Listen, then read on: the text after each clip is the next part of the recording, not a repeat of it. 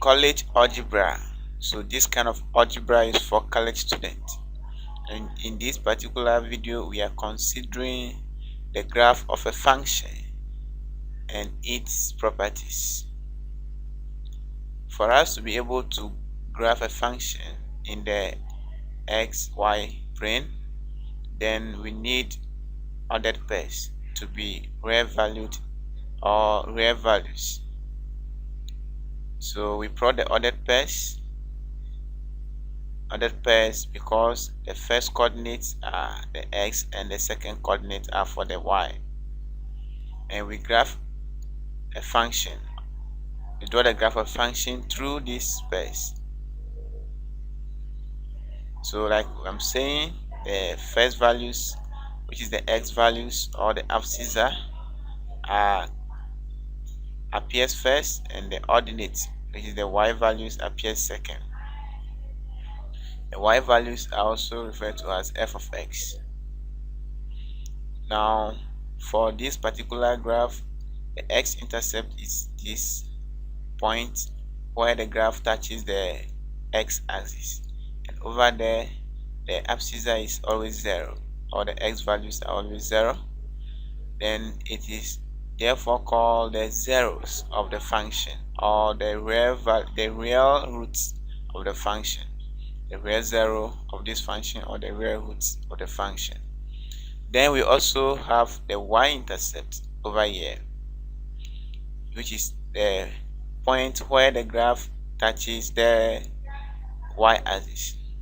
So take note that we can only have one y-intercept for a function. Then for the x-intercept we can have more than one. So this is what we mean. We can see that when we move this graph downwards, it can intersect the x-axis at more than one point. So the graph of a function can have more than one x-intercept. Then for that of the y-intercept, we can only have one. For a function, the function can always have one y-intercept, not more than one y-intercept. Now let's take some example. Find the x and y-intercept of f of x is equal to x squared minus 4. So we can do this by graphing the function or by using algebraic methods. So let's first of all use the algebraic method. In that case, we shall put x equals 0 into the function and solve for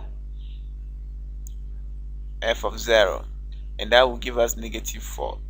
This means the graph touches the y-axis at negative 4, and we can write this as an ordered pair. Then for the x-intercept, we put the function equals 0 and solve for the x values. So in this case, we have x squared minus 4 equals 0. Then we add both sides by 4, take square root of both sides, that is plus or minus square root, and we get x equal plus or negative 2, plus or minus 2. This means that we have two x-intercepts. The graph cuts the x-axis at negative 2 and 2.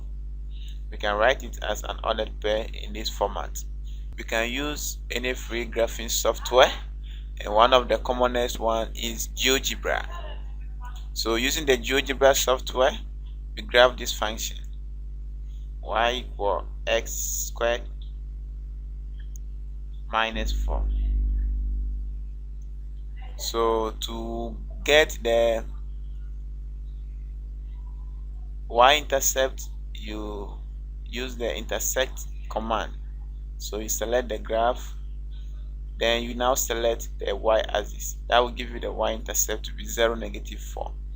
To get the x-intercept, you select the graph, and select the x-axis, and that will give you the x-intercept.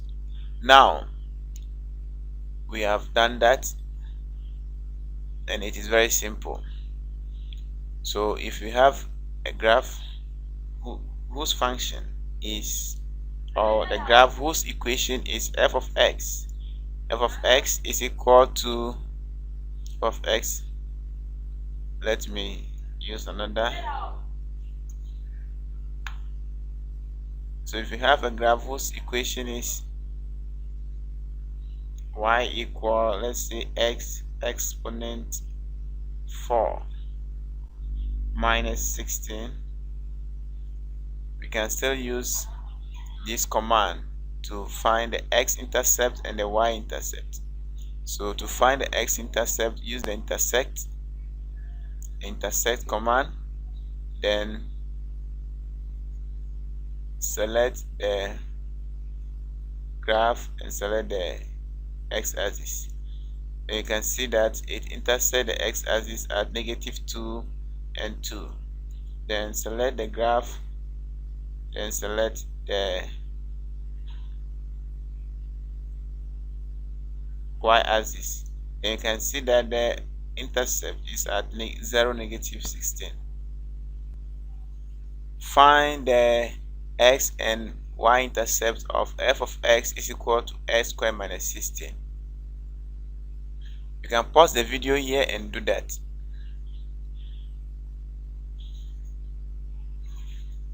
So if you do it correctly, then these are your correct answers. Now let us take a look at another example.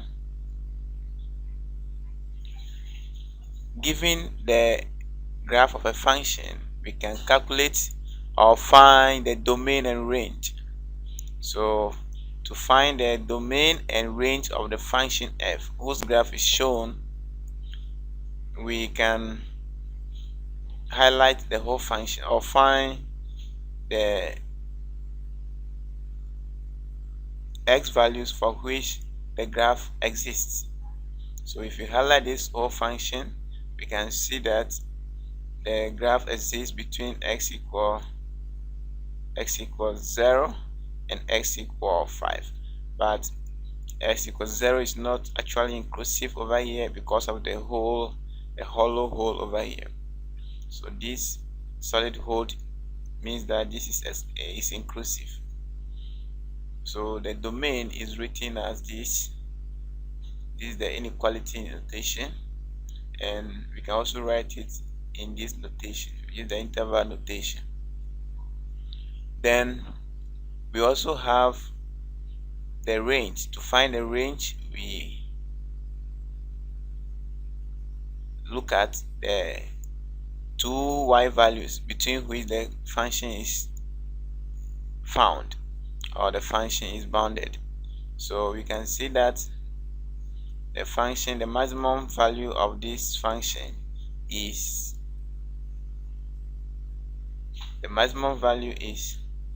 8, but it's not inclusive. That's the upper value bounding all the y values. Then we also have the minimum value to be -1. So we write this at the range. Y is between -1 and 8, but the 8 is not inclusive. Then we can write it in this form also. So we use this kind of bracket for inclusive and this kind of bracket for this non-inclusive. So I would like to give you some examples to try on this.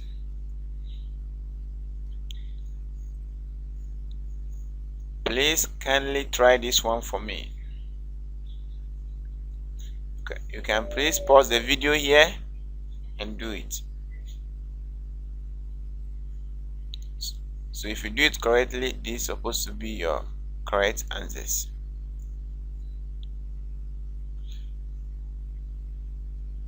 Then you can try this one too. After pausing the video, then you check your answer. So if you do this one correctly, this is supposed to be your answer. Thanks for watching this video. I'll be uploading series of videos for college students, so do not forget to subscribe.